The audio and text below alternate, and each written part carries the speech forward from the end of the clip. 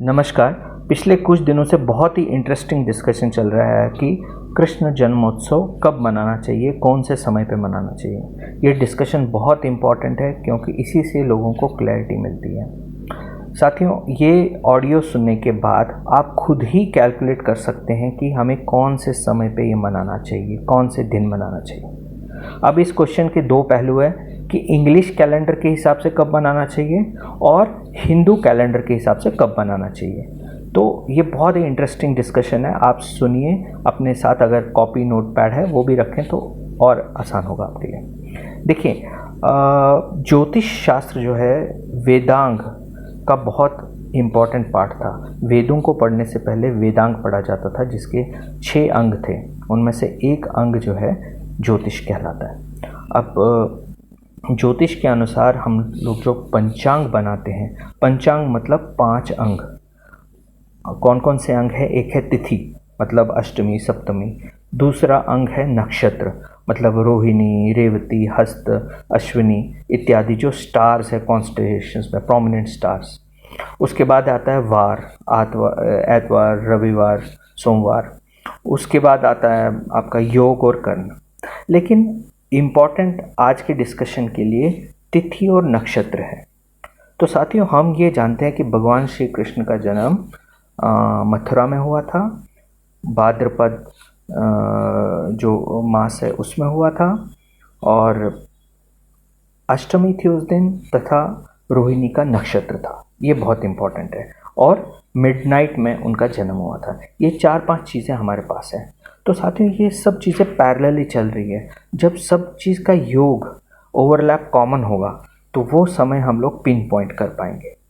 तो इसको समझने के लिए थोड़ी सी हम लोग कैलकुलेशंस करेंगे। तो सुनिए आप ध्यान से। हमारे हिंदू सिस्टम में जो है दिन को सनराइज से सनराइज तक माना जाता है, और दिन को 2 भागों में बांटा जाता है। पहला भाग सुबह सनराइज से शाम को सनसेट, और फिर शाम को सनसेट से अगले दिन सनराइज तक।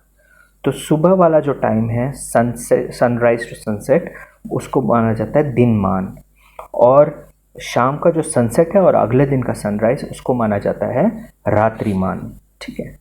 और दिन में 30 मुहूर्त होते हैं, और अगर आप एवरेज करेंगे हर एक मुहूर्त 48 मिनट्स का माना जाता है। तो 30 इंटू 48 मतलब 1440, मतलब 24 आवर्स कंप्लीट आते हैं। लेकिन जब दिन और रात इक्वल होते हैं तब दिनमान और रात्रिमान दोनों 12-12 घंटे के आएंगे। लेकिन इस समय पे जब दिन लंबे हैं तो दिनमान के जो मुहूर्त है वो थोड़े बड़े होंगे, और रात्रिमान के मुहूर्त थोड़े से छोटे होंगे। तो ये आप कॉन्सेप्ट समझ लीजिए। अब किस दिन मनाना चाहिए? कभी सप्तमी आती है, कभी अष्टमी आती है, या सेम चीज़ शिवरात्रि में भी हो जाता है कि त्रयोदशी पे है, चतुर्दशी पे है। कैसे इसका डिसीजन होता है? तो इसको डिसाइड करने के लिए निश्चित मुहूर्त जो है वो जिस तिथि पे पड़ेगा, अगर निश्चित मुहूर्त किसी तिथि पे पड़ेगा, उसी तिथि को हमको मनाना होगा वो फेस्टिवल। निश्चित मुहूर्त हिंदू सिस्टम में इम्पॉर्टेंट है। जिस तिथि में वो पड़ेगा उसी तिथि को हमको वो मनाना होगा वो फेस्टिवल। कि आइए समझते हैं कैसे। निश्चित मुहूर्त सनसेट के 8वें मुहूर्त से स्टार्ट होता है।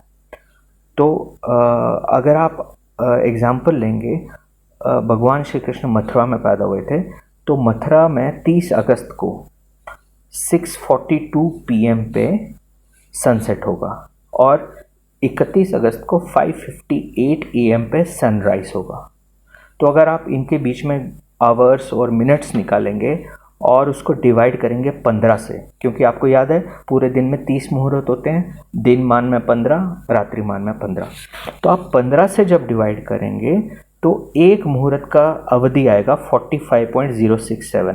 देखिए बहुत इंपॉर्टेंट है, क्योंकि दिन की अवधि है एवरेज जो है 48 मिनट्स का है।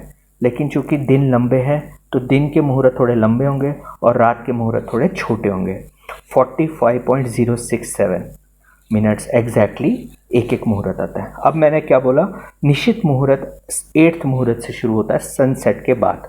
तो अगर आप कैलकुलेट करेंगे 6:42 के बाद 45.067 मिनट्स, फिर से 45.067 मिनट्स 7 बार, तो हमारा निश्चित मुहूर्त शुरू होगा। इसके हिसाब से 30 अगस्त को 11:57 से लेके 12:42 तक, अगले दिन 31 को, वो निश्चित मुहूर्त, निश्चित काल कहलाएगा, जो कि सबसे ऑस्पिशियस है। अच्छा, अब इसमें क्या है कि 11:57 PM जो है, उस टाइम हमारी अष्टमी चल रही है। ऑलरेडी हमारी अष्टमी जो स्टार्ट हुई थी 29 अगस्त को स्टार्ट हुई थी और 30 अगस्त के थ्रू चल रही है। रोहिणी नक्षत्र भी जो है 30 अगस्त को स्टार्ट हुआ था 6:39 AM पे सुबह, 30 अगस्त के सुबह, और रात तक ये चल रहा है। तो रोहिणी नक्षत्र भी आ गया, अष्टमी भी आ गई, और तीसरा जो है निश्चित मुहूर्त, वो भी आ गया अष्टमी में। तो भगवान श्री कृष्ण का जो जन्म है आज के हिसाब से मथुरा में 11:57 पे हुआ है, और उस समय जो है निश्चित मुहूर्त भी है, ठीक है, और रोहिणी नक्षत्र भी है और अष्टमी भी है। तो ये तो पक्का हो गया कि 30 अगस्त को 11:57 से हम लोग भगवान श्री कृष्ण का जन्म उत्सव मना सकते हैं। लेकिन अलग अलग ट्रेडिशंस में अलग अलग मान्यताएं होती हैं। जैसे कश्मीर ट्रेडिशन में मानते हैं कि हम लोग श्री कृष्ण के जन्म के आने की खुशी में ये उत्सव मनाते हैं। तो हम लोग सप्तमी को मनाते हैं कई बार, और कई जगह पे श्री कृष्ण के पैदा होने के समय और आने के समय मनाया जाता है। तो अष्टमी में ज़्यादातर इंडिया में मनाया जाता है। बट ये कंसेप्ट क्लियर होना चाहिए कि जब रोहिणी नक्षत्र, अष्टमी और निश्चित काल मुहूर्त का ओवरलैप हो, तो उसी समय पे भगवान श्री कृष्ण का जन्म होगा। तो मुझे आशा है आप लोगों को इस चीज़ की क्लैरिटी हो गई होगी, और आप खूब खुशी से मनाएं ये फेस्टिवल, और अपने जो नए यंग हमारे बच्चे हैं उनको भी इसके बारे में पता चले कि ये कितनी प्रिसाइज कैलकुलेशन होती है, जिससे हमारे शास्त्रियों ने ये डेट निकाला है। तो मेरे तरफ से आप सबको मुबारक, आप सबको कॉन्ग्रेचुलेशंस कि ये फेस्टिवल आ रहा है। आइए इसको सब लोग, सब हिंदू खुशी से मनाएं। धन्यवाद।